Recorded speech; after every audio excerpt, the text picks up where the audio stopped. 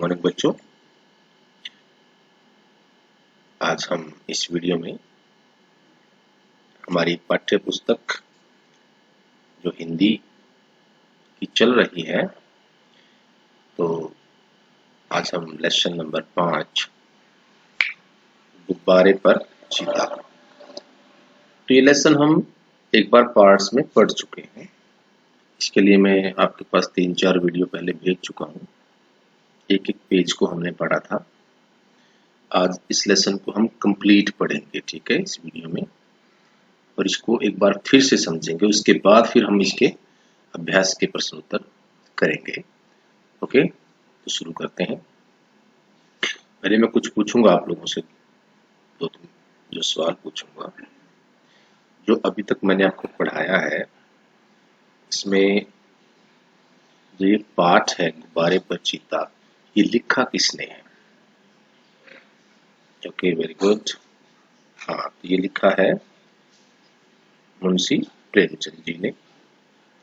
और इस पाठ का जो मुख्य चरित्र है, यानी कि मुख्य जो इसका नायक है, जो एक्टर है इसमें, वो कौन है?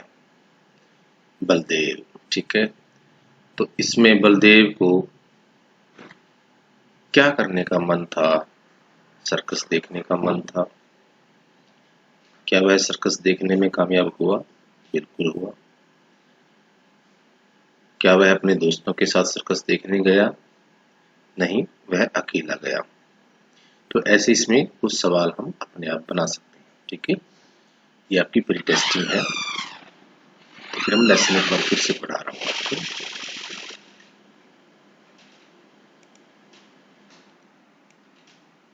मैं तो जरूर जाऊंगा, चाहे कोई छुट्टी दे या न दे। ये बात कौन बोल रहा है? बलदेव। आप पढ़ चुके हैं, इसलिए अब मैं इसको ज्यादा वो नहीं करूंगा। एक एक बात को आपने आराम से समझना है। बलदेव सब लड़कों को सर्कस देखने चलने की सलाह दे रहा था। कुछ बच्चे इकट्ठे थे, तो उनमें से एक बच्चे का नाम है बलदेव। वो बोल रहा है सभी को कि मैं जाऊंगा, चाहे कोई छुट्टी दे या ना दे, ठीक है। वो दूसरे बच्चों को ये सलाह दे रहा था।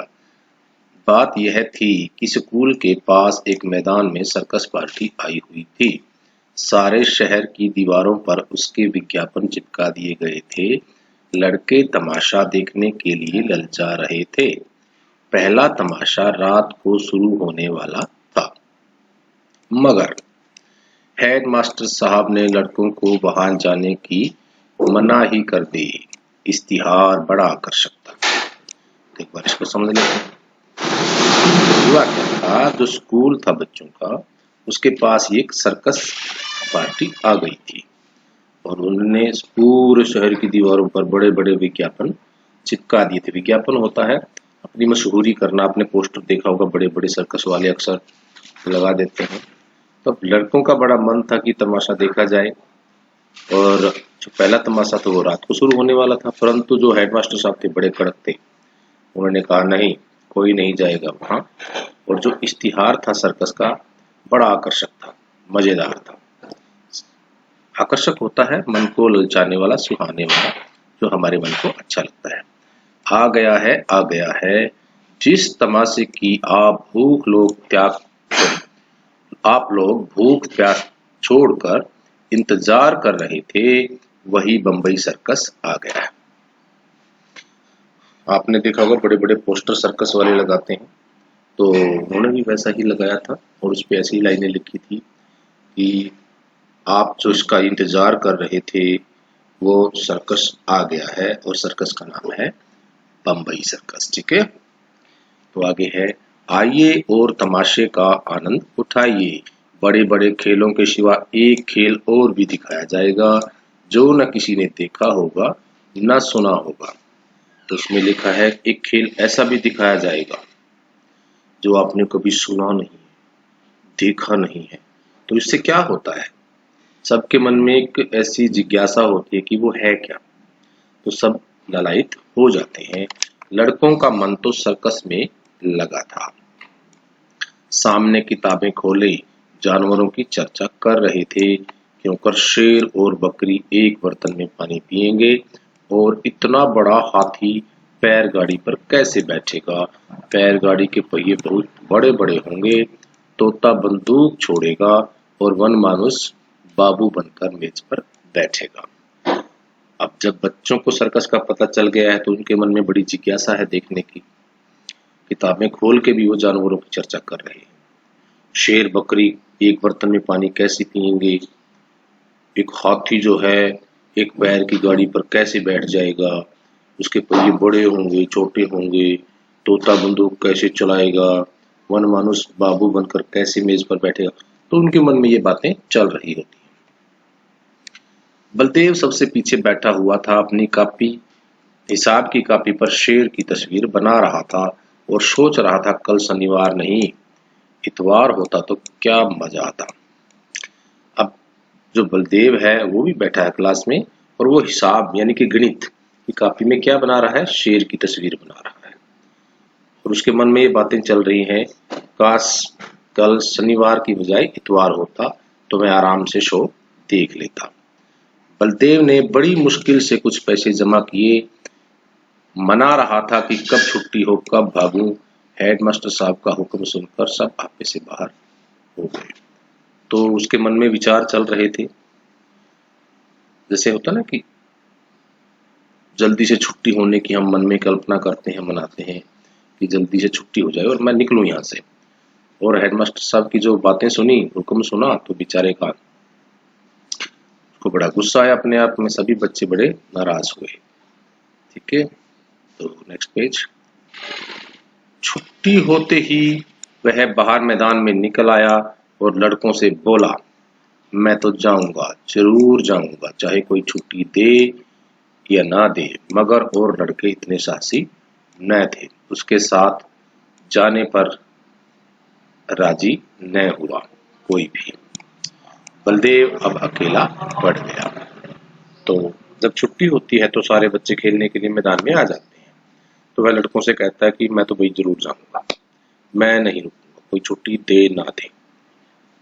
लेकिन जो और लड़के उसके साथ थे उनमें इतनी हिम्मत नहीं थी कि वो अपने मुख्याध्यापक का जो आदेश है उसकी अवहेलना करें और वो जबरदस्ती जाएं। तो लेकिन उससे क्या हुआ कि वो अकेला पड़ गया। मगर वह बड़ा जिद्दी था, दिल में जो बात बैठ जाती उसे पूरा करके ही छोड़ता था। शनिवार को लड़के तो मास्टर जी के साथ गेंद खेलने चले गए। बलदेव चुपके से खिसक कर सर्कस की ओर चला। तो शनिवार को क्या होता है, जब खेल का पीरियड आता है तो और बच्चे तो मास्टर जी के साथ खेलने मैदान में चले जाते हैं और बलदेव चुपके से सर्कस की ओर निकल जाता है। वहां पहुंचते ही उसने जानवरों को देखने के लिए 10 रुपए का टिकट खरीदा और जानवरों को देखने लगा। उसने 10 रुपए का टिकट खरीदा और फिर वो जानवरों का जो शो है वो देखने लग जाता है। इन जानवरों को देखकर बलदेव मन में बहुत झुंझलाया। वह शेर है। जब उसने जानवरों को देखना शुरू किया, झुंझलाया मतलब उसको सही अच्छा नहीं लगा, उसको बुरा लगा। मालूम होता है महीनों से इसे मलेरिया बुखार आ रहा है, वह भला क्या 20 हाथ ऊंचा उछलेगा। जब उसने शेर को देखा तो उसको लगा कि ये तो बड़ा मरियल सा शेर है, इसको तो ऐसे लग रहा है जैसे कई महीनों से बुखार आ रहा है मलेरिया, और ये 20 फीट यानी कि 20 हाथ की ऊंचाई तक कैसे उछलेगा। और यह सुंदरबन का बाघ है। फिर उसने बाघ को देखा, जैसे किसी ने उसका खून चूस लिया। खून चूसने से मतलब होता है बिल्कुल मरियल, पतला सा, मरा हुआ सा, मुर्दे की तरह पड़ा है। वाह रे, भालू है या सुअर। अब भालू बड़ा जानवर होता है लेकिन वो कमजोर होकर कैसा लग रहा है, किसी सुअर के जैसा। तो सुअर साइज में भालू से छोटा होता है। तो अब उसने जब जानवरों को देखा तो उसका मन खराब हो जाता है, यार ये कैसे जगह आ गया हूं मैं यहाँ, ये कोई जानवर है इतने मरियल कमजोर। तो जब उसने चीते को देखा तो लगा कुछ जानदार है, और एक 3 टांग का कुत्ता भी, और एक जानवर कुत्ता भी था, उसकी 3 टांगे थी। तो उसको भी देखकर उसको बड़ी हैरानी होती है। यह कहकर बड़े जोर से हंसा तो वो हंसने लगता है। उसकी एक टांग किसने काट ली। तो अपने मन में इमेजिन करता है कि इसकी तो एक टांग तो है नहीं, इसकी टांग को किसने काट लिया। दुम कटे कुत्ते तो देखे, पर पैर कटा कुत्ता आज ही देखा। और वह दौड़ेगा कैसे। आपने देखा होगा कई कुत्ते ऐसे होते हैं जिनकी दुम को काट दिया जाता है, लेकिन एक 3 टांग वाला कुत्ता उसने नहीं देखा था, तो उसके लिए पहली बार का जो है एक्सपीरियंस था। उसे अफसोस हुआ कि वह गेंद छोड़कर यहाँ नाहक ही आया। 10 रुपए भी गए, इतने में एक बड़ा गुब्बारा दिखाई दिया। तो उसको ये बड़ा अफसोस हुआ कि मैं तो गलत जगह पे आ गया, मुझे यहाँ नहीं आना चाहिए था। जो वो बातें मन में सोच के आया था वो उसकी पूरी नहीं हुई। तो इतने में उसे क्या दिखता है, गुब्बारा, बहुत बड़ा गुब्बारा दिखता है। उसके पास एक आदमी खड़ा चिल्ला रहा था, आओ चले आओ, 4 रुपए में आसमान की सैर करो। तो वो आदमी चिल्ला रहा है, वो भी अपना गेम दिखा रहा है। वो कहता है कि यहाँ आओ, सिर्फ 4 रुपए दो और आसमान की सैर करो। अभी वह उसी तरफ देख रहा था कि अचानक शोर सुनकर वह चौंक पड़ा। तभी वह गुब्बारे की तरफ देख रहा था और उसके कानों में शोर यानी कि तेज आवाजें पड़ती हैं। पीछे फिरकर देखा तो मारे डर के उसका दिल कांप उठा, और जब उसने पीछे मुड़कर देखा तो वो बड़ा एकदम से डर गया। जो सीन उसने देखा, जो दृश्य उसने देखा, वही चीता न जाने किस तरह पिंजरे से निकलकर उसी की तरफ दौड़ा चला आ रहा था। बलदेव जान बचाकर भागा। तो वो देखता है कि जिस चीते को उसने देखा था पिंजरे में, वो तो बाहर आ गया है और वो उसकी तरफ ही दौड़ा चला आ रहा है। तो उसकी तो जान संसत में आ गई, वो बड़ा घबरा गया। इतने में एक तमाशा यानी कि एक तमाशा और हुआ, एक और नई बात हो गई, नया कुछ खेल हो गया। उधर से चीता गुब्बारे की तरफ दौड़ा। जो आदमी गुब्बारे की रस्सी पकड़े हुए था वह चीते को अपनी तरफ आता देखकर बेतहाशा भागा। तो नए तमाशे में क्या हुआ, अब जिस आदमी के हाथ में गुब्बारे की रस्सी थी वह चीते को देखकर रस्सी को छोड़कर भाग जाता है, और बलदेव को कुछ न सूझा। अब डर में क्या सूझता है, उसको क्या सूझेगा, तो वह झट से गुब्बारे पर चढ़ गया। अब बलदेव को लगा कि गुब्बारे पर अगर मैं चढ़ जाता हूं तो चीते से बच जाऊंगा। चीता भी शायद उसे पकड़ने के लिए कूदकर गुब्बारे पर जा पहुंचा, और उधर से जो चीता था वो भी गुब्बारे पर चढ़ जाता है। अब गुब्बारे पर कौन कौन होते हैं, बलदेव भी और चीता भी, दोनों ही गुब्बारे पर चढ़ जाते हैं। गुब्बारे की रस्सी छोड़कर तो वह आदमी पहले से ही भाग गया था। वह गुब्बारा उड़ने के लिए बिल्कुल तैयार था। रस्सी छूटते ही ऊपर उठा। बलदेव और चीता दोनों ऊपर उठ गए। बात की बात में गुब्बारा ताड़ के बराबर जा पहुंचा। अब रस्सी तो छूटी हुई थी और गुब्बारा उड़ने के लिए बिल्कुल तैयार था। रस्सी छूटने के बाद वह ऊपर उठना शुरू हो गया और दोनों उसके ऊपर बैठे थे। तो इतनी देर में तो ताड़ होता है, ताड़ का पेड़ होता है, तो वो ताड़ के पेड़ के जितनी यानी कि पेड़ की ऊंचाई तक गुब्बारा हवा में ऊपर उठ गया था। आगे क्या हुआ वो देखते हैं। बलदेव ने एक बार नीचे देखा तो लोग चिल्ला चिल्लाकर उसे बचने के उपाय बतलाने लगे। जब बलदेव नीचे देखता है तो लोग उसे बतान कि किस तरीके से बचा जाए, वो तरीके बता रहे थे, मगर बलदेव के तो होश उड़े हुए थे। उसकी समझ में कोई बात नहीं आई। ज्यों-ज्यों गुब्बारा ऊपर उठता जाता चीते की जान भी निकली जाती थी। उसकी समझ में ना आता कौन मुझे आसमान की ओर लिए जाता है। वह चाहता तो बड़ी आसानी से बलदेव को चट कर जाता, मगर उसे अपनी जान की ही फिक्र पड़ी हुई थी। तो देखो, दो उस पे जीव गुब्बारे पर बैठे थे, बलदेव और चीता। अब दोनों डरे हुए थे। हालांकि उस स्थिति में चीता उसको खा सकता था क्योंकि उसके बहुत पास था, लेकिन अब चीते को भी अपनी जान की चिंता थी कि इतनी ऊंचाई पे मैं पहुंचा कैसे और यहाँ से कैसे बचा जाए। और ऐसे में जो चीता है वो क्या करता है, देखो सारा चीतापन भूल गया। वो भूल गया कि मैं खूंखार जानवर हूं। वह भी डरा हुआ था। आखिर वह इतना डरा कि उसके हाथ पांव फूल गए और फिसल कर नीचे उल्टा नीचे गिरा। जो हड़बड़ाहट थी डर की, उसमें क्या होता है, वो चीता गुब्बारे से नीचे गिर जाता है। जमीन पर गिरते ही हड्डी पसली चूर चूर हो गई।